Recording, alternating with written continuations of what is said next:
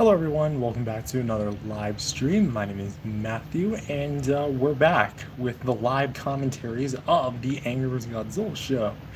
So, this one is a bit different because this one is season 22, episode 4, A Message from Beyond, which was originally titled Empty Yet Full of Determination.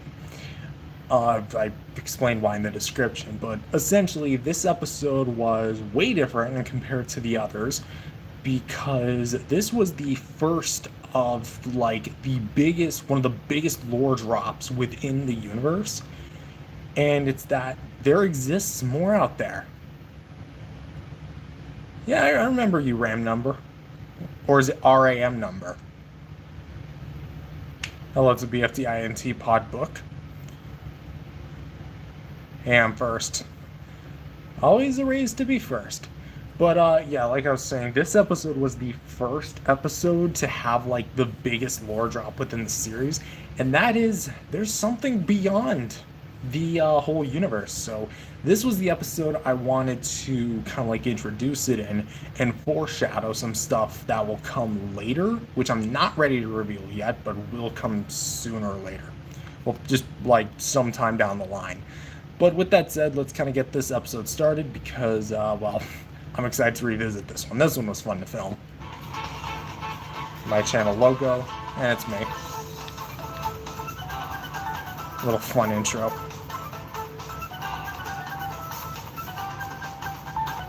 Damn, is this nostalgic, though, the song.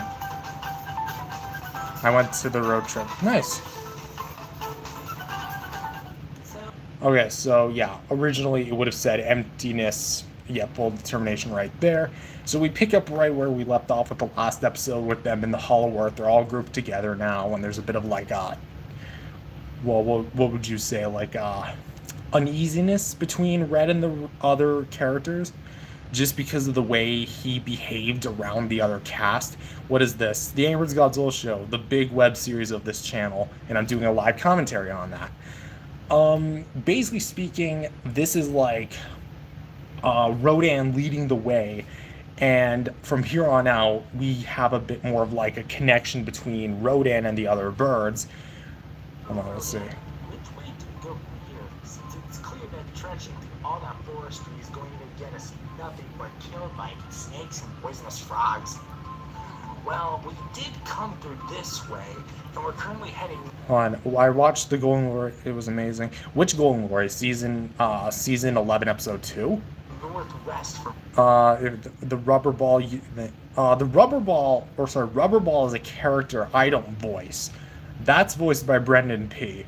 I don't voice Rubber Ball. At least, have I ever voiced Rubber Ball? I don't remember. I think maybe in the pilot I did. Rio. So we should head that way. I remember Godzilla saying that there was Hollow Earth portal that leads to Rio just in case he ever wanted to go to Carnival. But that's not happening until February. You know, I don't need to be a damper on this whole thing, but what's the hype around Carnival? Oh yeah, this is the little short clip that I posted as like a little teaser for it.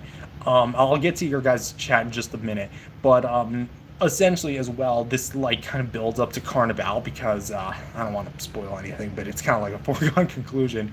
I've always had a big fascination with Carnival as like a parade, and this is like in a way me trying to self-insert my excitement into my work about Carnival because I've seen and heard so much good things about it. I've seen the videos, I've seen the movie of Rio and like how they present it. I made my first object. Nice. First object OC. Can I help out with your Golden Glory show?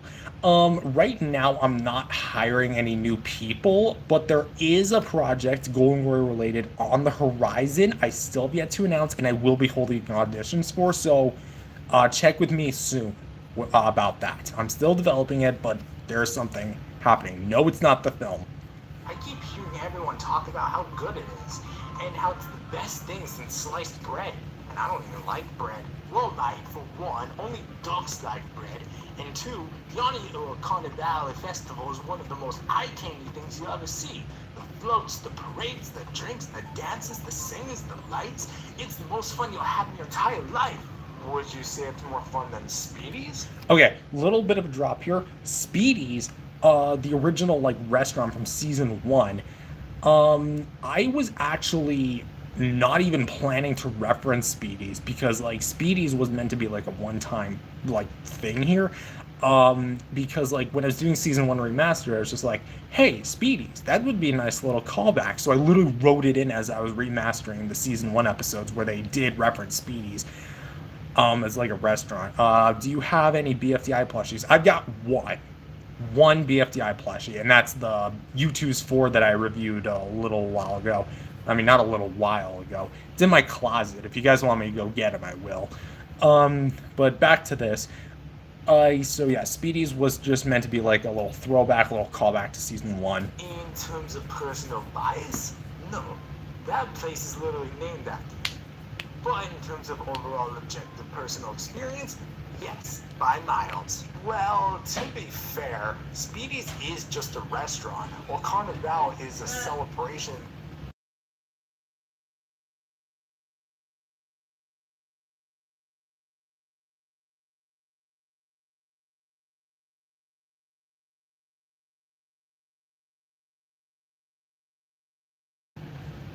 Testing. Sorry. Hold on. You can get in the closet if you want to. All right, let's go. I'll go get it.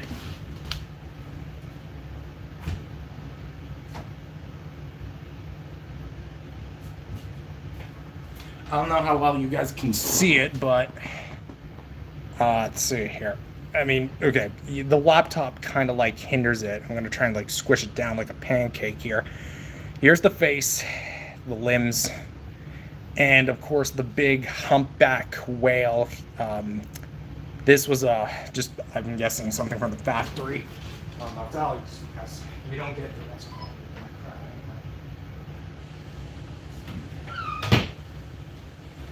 So yeah. So yeah, back to this.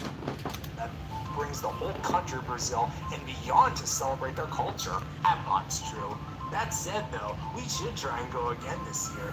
Really show Little Red what Carnival is really all about. So yeah, they called back to the events of Angry Birds Rio 1 and 2, like the second update. I wish they made Angry Birds Rio 2 like its own game, because it has such a different style compared to the first. You should show your plush 4 plush in this show. I will at some point. This show revolves around my interest from both past and present, which is why the Angry Birds, Godzilla, Mario, they're all in this series. So that, and also why Rio was added, because Rio is a hyperfixation of mine right now. Please, Disney, make a Rio 3. So yeah, 4 will definitely be added to this. But right now, Object Show stuff is kind of like not off limits, but I'm kind of focusing on other interests aside from 4 and stuff. But 4 will be shown in the Angry Birds Godzilla show at some point. What do you think about that, Blue? And then 4 has like, sorry, 4. I'm getting myself messed up with my blue characters here. Blue from Rio, BLU, not that hard to understand, Matt, starts shaking violently, collapses. Oh, holy crap, are you okay, man? Speak to us, man. We're right here. And so, boom. Oh, you can kind of see me. I'm bald. So this part I actually kind of struggled with like how to show, because originally I was going to have like this filter where it would be like all these different flashing colors, but I kind of decided to go for a much more darker color scheme to really convey that we're in this dark, deep area, or like this place that we have no idea what it is. Where am I? Hello? Is anyone there? Red? Bong? Chuck? The other Blue? Matilda?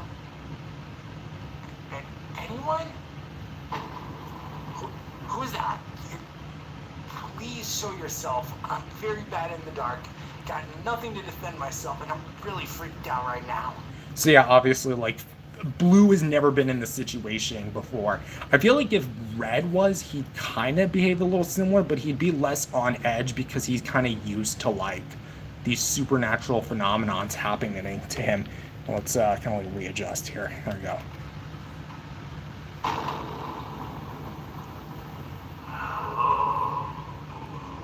And then here we get introduced to what I'm calling for now the entity. It does have a name, but I'm not going to reveal it just yet. It's not just the entity or it or just like this wannabe god.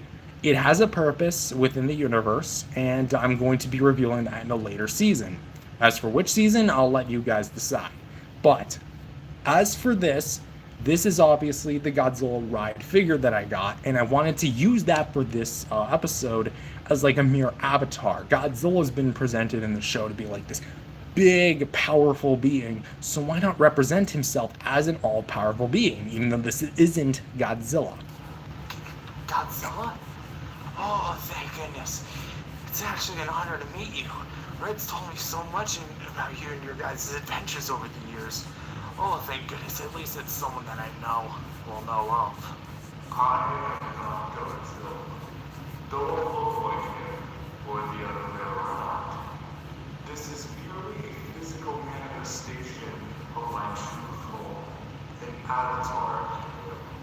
As I believe, my true form cannot fully be comprehended by your limited mind. Limited mind? Are you calling me dumb or something? No, I'm simply saying that my true form exists on a higher level of existence that your world has yet to properly seek.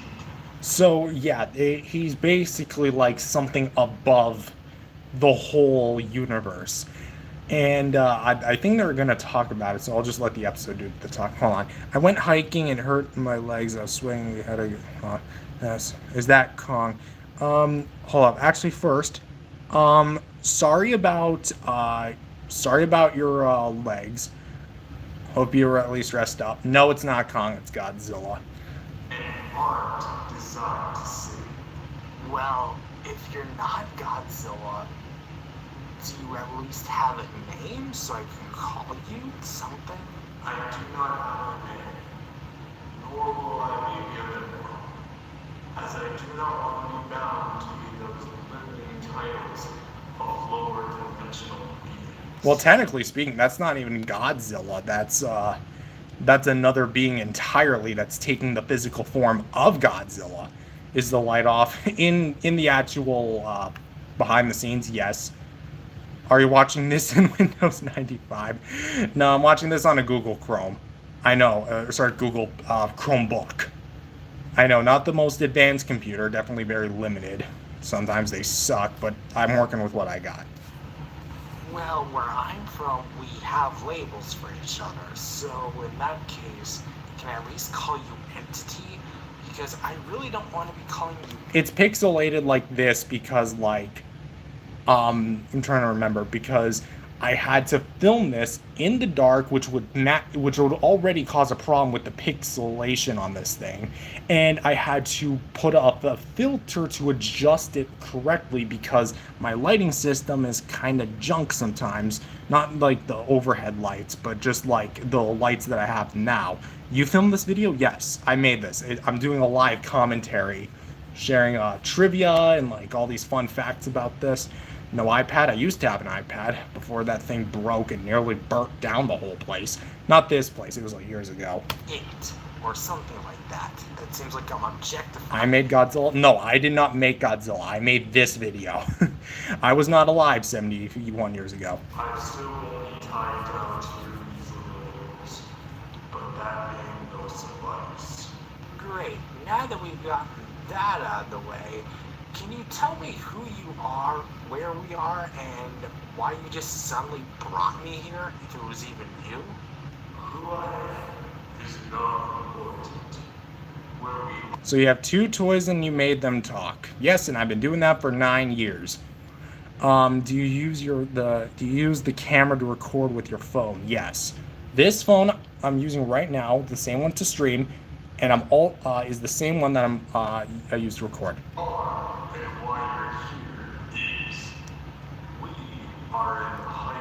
It's called a plush show, by the way. Hundreds of them exist. Wait, I thought that was Limbo. That was the highest point in... 9 years, that's a lot of talking toys. Tell me about it. This is what happens when you have a lot of imagination.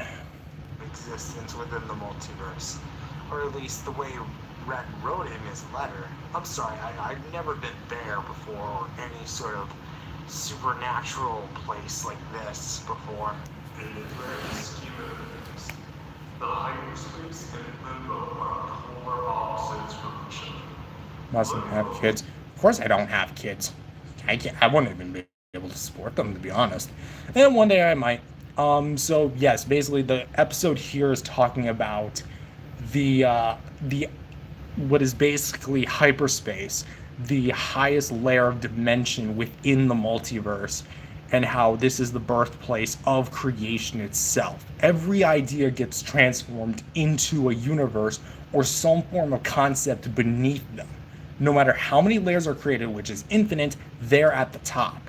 No matter how much. It's a place in existence when it has no place to go. If a being dies and it doesn't go to heaven or hell, then it goes to limbo. But Will your kids be allowed to play with your movie props and or toys? Probably. I mean, at least the ones that are more marked towards kids. The ones that are more adult collectibles, like the Monster Arts figures I own. Like, let's pick this guy up. This thing, this guy is actually pretty pointy, so not those ones. More like the $10, the $20. The void is nothing here, Godzilla. space is the place that wraps the infinite multiverse together, and it's also the birthplace of creation. Each and every idea that comes from here gets transformed into a universe. Infinite multiverses are created every second, at least in your time perspective, yet all contained right below our very feet. I really hit my head that hard on the ground, didn't I? Or this is just the radiation from the Hollow Earth getting to me. What the hell, man? Yeah, so it obviously acknowledges that the Hollow Earth is radioactive, where the home of the Titans was.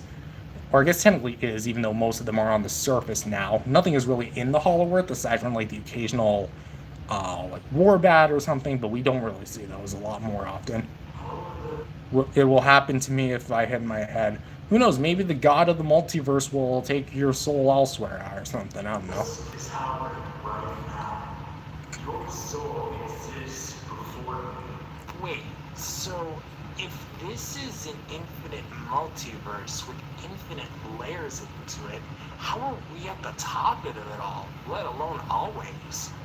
The infinite multiverse layers are all there below us. Do you have a movie about mutant football players who eat whole teams in the shower after they win the game? That is very specific. But it does seem like something I would make. Funny enough. But sadly no. Sorry to disappoint. No matter how many we are created, this place always exists at the top. Think of a book with infinite pages. No matter how many pages are into that book, the cover will always be the one holding it together. And we are the front cover, the back cover. Good night, BFDI and Tupac book. Wow. That is a lot to take in, though. To think that right now, I'm above everyone. I thought my home was large. A population of several million. One of the busiest cities in the world. But Of course, this- referring to Rio. This puts it all to shame, and yet there's only two of us here. Every universe is infinite, but shameful. Wait, if you're here above everything, can you help me find my wife, Jewel? She was... Kidnapped in your guises. I know the situation already, and I can already let you know that she's okay. Keep following Rovio and Red Junior's directions. Oh my gosh, thank you. If you notice, he called Little Red Red Jr., referring to the fact that his original name was Red Jr., but they often called him by the nickname Little Red. Red Jr. is his actual name in the canon. Do you make movies about angels turning into gargoyles that end up taking over the world and humans are zoo animals? You know what? You're giving me a lot of good ideas. I'll take note of those. so much. Oh, thank you so much for telling me that Jules safe. Can you send me back now? Yes, but before you go, there is something I should let you know first. The whole reason why I brought you here to begin with. Not just to blow your little mind, but because there's something coming. And what is that? A great danger is coming. One that I can't stop on my own. A danger? What danger? Yes, a danger. But, unfortunately, this is all the time I have with you. As not only do I have to get back to my duties, but the longer I keep your soul here, the more of a chance your body will start decomposing. Of course, because technically right now, Blue is dead. Like, his soul was sucked up here in not necessarily an afterlife, but a before life. This was before life. This is where life was created and put into its respective universe, where it was assigned by whatever's controlling it. This entity just so happens to be able to at least have some form of are there any special effects? A couple. I do use a bit of special effects when it calls for like some dust, debris, some like laser breath or something. Anyways, God, I lost my train of thought. Yeah, okay. It just so happens that this entity controls this whole terrain of existence, if you will. But I have so many questions still. You can't just expect to bring me here and not... Do I use fire? I think in the last episode I used fire. It was a purple beam. It was like a purple ray of fire that I used with some like specialized effects and everything, like craters and everything. I have to ask that much questions. Some of the episodes are more eventful than others. Wait, no, this isn't how it ends. And then just ends like that. And now we're back into the Hollow Earth. Oh gosh, I'm back. Oh my goodness, Blue, thank goodness you're alive. Ugh. Why does my chest hurt? Have I ever used any CGI? I don't have the skills nor resources to do CG animation. Hurt so much. Although I'd like to in the future. Sorry, I may have done CPR on your chest by bouncing on it. It would have given you a good amount of chest compressions. Oh boy. Well, that's gonna leave a bit of a mark, or several on my ribs. What even happened? Birds do have The thing is, small ribs I was anyway. dead. Or at least, I think I was. Wait a sec, you died? Oh, yes. It's a long story, but I was in a higher plane of existence. Wait, a higher plane of existence? You mean like when I and a few others were in limbo? Yes, but this place was beyond limbo. It was something else. Are these award-winning films? I mean, an episode of the show was premiered at a talent show and was nominated for a prize. I don't remember who won it, but it wasn't me. Something beyond us that not even I can explain. Wow, mate. You must have hit yourself that hard on the ground. But it's good to know you're at least okay. Let's get back to work now, Blue. Say, where did you say it was, Rodan? This way. Follow me. They don't even believe me. I do. Wait. Really? Yes, of course I do, Blue. I deal with universal stuff like that all the time. From energy-infused apes to demonic crabs. I had to revive the dead to stop the ape and travel into the dream dimension. Are these just plush toys with voiceover cutscenes? They are just, well, they are not voiceovers. I voice them while I'm doing it, so that really defines voiceover. But effectively, yes, I guess. I don't know, I'm being a bit overcomplicated with my answers. Just to stop the crap. Hell, even one time Godzilla, Kong, and I were face to face with the Time God himself. The literal one who manages time and space. And we had to go Godzilla who became one with him. So, as much as I hate to say this, I can relate to that sort of thing. For me, this is just another Tuesday. Well, It's actually reassuring. I genuinely thought no one would be able to believe or even relate to my experience for that matter. You're welcome. Now, tell me, what happened while you were there? Well, after I collapsed, my soul was transported to this dark place. I heard footsteps, and out came a figure I thought was Godzilla. But it wasn't. It was a being that was beyond our comprehension, and it explained to me that it was a place called the hyperspace, and it was a place beyond the entire multiverse, the birthplace of creation. I thought that was what Limbo was for, wasn't it? I did too after you told me about it via the So yeah, Limbo being a reference to season 19. letters. But it turns out that Limbo was for those souls who are trapped in between heaven and hell. Hyperspace is where everything we've ever seen or beyond is created. Every thought gets translated into a multiverse at an infinite rate. It grows endless layers within the multiverse itself. Wow. That's somehow even greater than even I've ever thought was possible. What about the person who brought you there? What was their name? If they looked like Godzilla, surely they had a name. It didn't have a name. Well, we agreed to call it the Entity. The Entity said there was a great danger coming for us all and we should brace for it. A great danger? What are you talking about?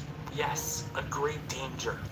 The Entity never Do I make money off of these? I am eligible for monetization, but I have to do like the whole filling out thing, the YouTube monetization. If this is on Netflix, no, absolutely not. This would absolutely get flagged down by Toho or Sega, pretty much all the copyright holders. This is purely just a fan-made parody series that has nothing to do with it. what it was, but had they kept me up there for longer, my body down here would have started decomposing. Okay, that sounds new. Like, really, really new. And that's coming from me. Well, that sounds a little less reassuring.